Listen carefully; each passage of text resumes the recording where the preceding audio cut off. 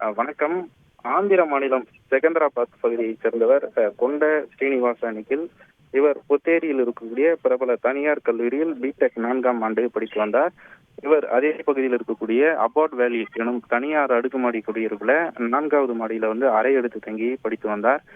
இந்த நிலையில் கடந்த 31ஆம் தேதி துறை சார்பில் இந்த அபோர்ட் வேலி எனும் அபார்ட்மெண்ட்ல கஞ்சா ரைடு நடத்தப்பட்டது. இந்த கஞ்சா ரைடுல 20க்கும் மேற்பட்ட மாணவர்களிடமிருந்து கஞ்சா உள்ளிட்ட பல்வேறு வகையான போதைப் பொருட்கள் கைப்பற்றப்பட்டது. இந்த கைப்பற்றப்பட்ட போதைப் பொருட்கள் காவல் நிலையம் எடுத்து வரப்பட்டு இந்த மாணவர்களிடம் விசாரணை நடத்தப்பட்டது. தொடர்ந்து அவர்கள் நீதிமன்றம் மற்றும் காவல் நிலையம் மூலமாக அனைத்து மாணவர்களும் ஜாமீனில் வெளியில் வந்திருக்கிறார்கள். அந்த விவகாரத்தில் இந்த மாணவரும் ஒருவர் என கூறப்படுகிறது. அவரை போலீசார் காவல் நிலையம் அழைத்து எச்சரித்து அவரிடம் இருந்த கஞ்சாவை பறிமுதல் செய்து அவரை வீட்டிற்கு அறைக்கு அனுப்பியுள்ளனர்.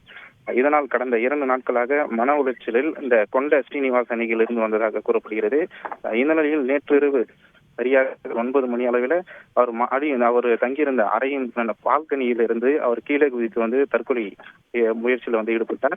அவரை மீட்ட அங்கிருந்தவர்கள் அவரை புத்தேரியில் இருக்கக்கூடிய தனியார் மருத்துவமனையில சிகிச்சைக்காக அனுமதித்திருந்தனர். இந்த நிலையில் இன்று காலை அவர் சிகிச்சை பலனின்றி உயிரிழந்திருக்கிறார். அவருடைய உடல் தற்போது செங்கல்பட்டு அரசு மருத்துவமனையில பிரேத பரிசோதனைக்காக வைக்கப்பட்டிருக்கிறது.